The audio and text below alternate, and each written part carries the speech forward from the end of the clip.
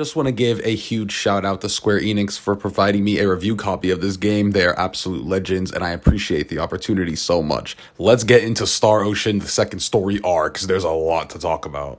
Well, Star Ocean fans, Star Ocean the Second Story R has released, and did any of us think we were going to get a remake of this game? Hell no. I didn't even think we were going to get a remaster of Star Ocean 2. Originally, you had to play it on a PS1, and it wasn't even over here in the West, and then we got a remake for the PSP, but since then it's been quiet, and everyone wanted to have the most beloved Star Ocean entry over here again, and Square Enix actually just gave us the most craziest deal there is. So a bit of info on myself. I actually grew up playing Kingdom Hearts 1 for my very first JRPG, so that, as you can see, is 3D. So I did not grow up with a lot of pixel style games, so when 1 is coming out, I'm not as hyped for it as, let's say, a 3D action RPG or JRPG. So going into this, I was very hyped because I played all these Star Ocean games except for finishing 5, and everyone loved my Star Ocean The Divine Force review. It was one of the best on my channel, and I put a lot of passion into it because I thought it was one of like the coolest gaming comebacks, coming from 5 to 6 and all the improvements.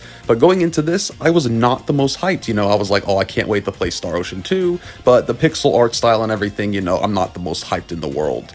Oh my god, was I wrong, and I haven't been this wrong in a while when I booted this game up. So they kept the same pixel sprites as they had before, but then they made the entire environment 3D, and this is one of the sharpest looking games you will see in a while. No joke, go find the sharpest thing around you, and this game looks sharper.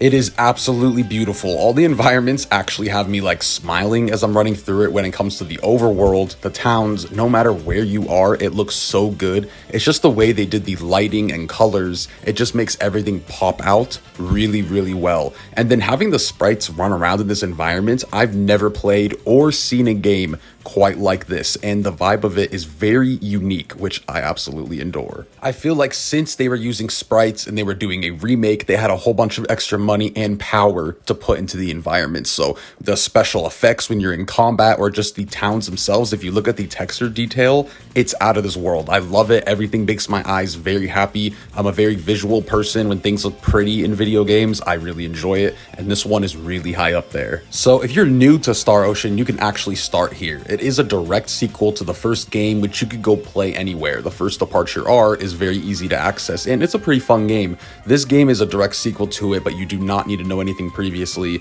You're choosing between either Claude or Reyna. Claude is actually the son of one of the main characters in the first game, but again, they make this game very newcomer friendly, and regardless, back in the day, you could have just started at 2 as well. It's a very nice series like that. A lot of people really enjoyed this game for the characters themselves. While the story people enjoy, the characters are really where this game shines, and I also agree now played through it.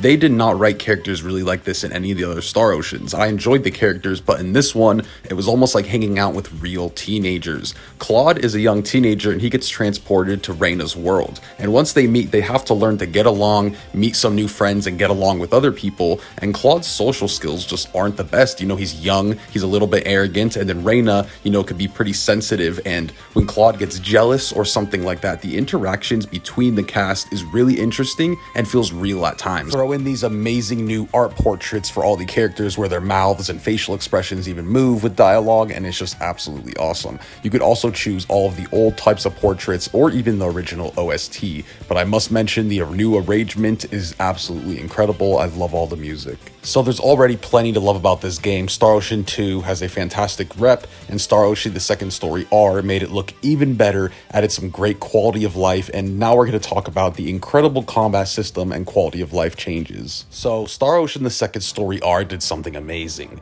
They kept the challenge while taking out the annoyances. That is something really hard to do, to find that balance, to take out things and not make the game too easy, but make it easier and more relaxing for the player. So a few things they changed is if you die in battle, when you get out of battle, your character will be stuck at 1 HP instead of being completely dead. Another huge one is instead of having to run out of the dungeon all the way back town to get some Healy items if you're screwed, you could just teleport to any town. Or you could even teleport inside any shop in any town. and you might think that might make it super easy. Usually I'm against stuff like that, but the game brings its challenge with its enemies, its enemy variety, and its combat and bosses. So I think the way they did it is absolutely perfect. And then I absolutely fell in love with the new type of combat they made. They basically made it a brand new action RPG combat system, but put it into a pixel game. I don't know how they did it, but it's so good. So perfect dodging is a thing. You're basically going to be looking out for these red attacks and dodge out of those, and it'll give you MP and also put you right next to the enemy for a counter attack. It is so fun, smooth, and it's honestly crazy how all the enemies have perfectly telegraphed attacks, even though they're pixels, and the amount of effects on screen are ridiculous. Like, I could always see what's going on and always control the battlefield while all these crazy effects and craziness is just in my face. I don't know how they did it, but it's absolutely awesome. It's really fast paced. You could do super cool things like activate your spells for your party members while you're still playing as your main attacker. There's a lot of things to keep the pace moving. Especially when you swap to a mage or something, you're a lot faster in this game and they're totally viable. It's really nice how you get MP back from perfect dodges, because when you run out of items, you could use skill just to get it back. And I think it's so nice how they did all the team building and stuff in this game. Star Ocean usually does this really good, but upgrading all your skills in this game is really fun. You can make them alchemists, you can make them good at cooking, you can make them a thief and go pickpocket things. There's so many different skills you teach your party members, and then that will change their stats. It will show you which stats are going to be upgraded for the skills that you choose, and it's all very fun. There's a big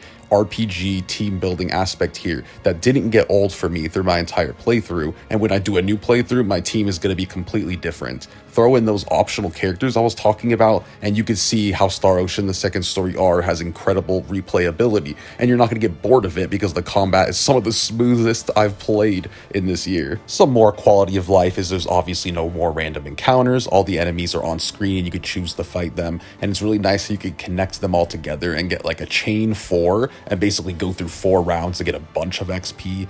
Be warned, the hard mode of this game is actually pretty crazy. I love the balancing. They'll throw in little mini bosses that you have to destroy, and when you destroy them, the little status ailment will go away and you can just wipe out the little minions. And then when you get to the actual boss fights, there's a real challenge here, and it never felt unfair. There's honestly only one tiny complaint I have with this game, and it's the AI. No matter how much I messed around with the strategy, it still felt like old-ass Star Ocean AI, where they just sometimes stand there and they never do what I want them to do. If I make them want to heal, they'll just go and die. They never dodge anything. If I try to make them attack, my mages will start going and smacking them physically instead of actually using any mage attacks. But I've really tried to mess with it, and I cannot get my AI the way I want them. Thank God, the game is amazing at swapping through characters. Honestly, if you want to get good at this game or the hard mode, you have to learn to swap through your characters anyways. So I'm fine with it, but it is annoying. They could have tweaked the AI a little bit better, especially the mages, because I seriously think I'm soloing the end of my fights almost every time when I'm in the overworld. My mages just stay dead. You guys could see how this is a pretty awesome JRPG package here, right?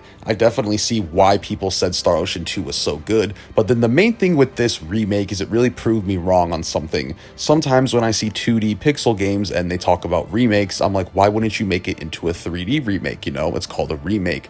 But with this, they did so many quality of life improvements and gave it its own unique vibe with the 2D, 3D environment aspect. And it's actually so much fun where I don't want them to change it. If there's other 2D pixel games, I really want to see more like this type of remake. This is one of the best remakes I've seen. I'm not the biggest fan of remakes in general because I'm a little bit of a purist, but right here with Star Ocean 2, again, they managed to keep it challenging, totally fun, but managed to take out all the annoyances and make the game way better. I totally recommend Star Ocean The Second Story R. I hope you guys enjoyed my review. Star Ocean The Second Story and Star Ocean The Divine Force are probably my 2 favorite Star Ocean games now, and there's actually a chance Star Ocean 2 ends up becoming my favorite, which is absolutely crazy because I did not think for a second anything would beat 6 because I loved the combat and movement of Star Ocean 6 so much. But if you guys enjoy my reviews, make sure to give me a sub. It really helps me out so much, and I'll have plenty of JRPGs,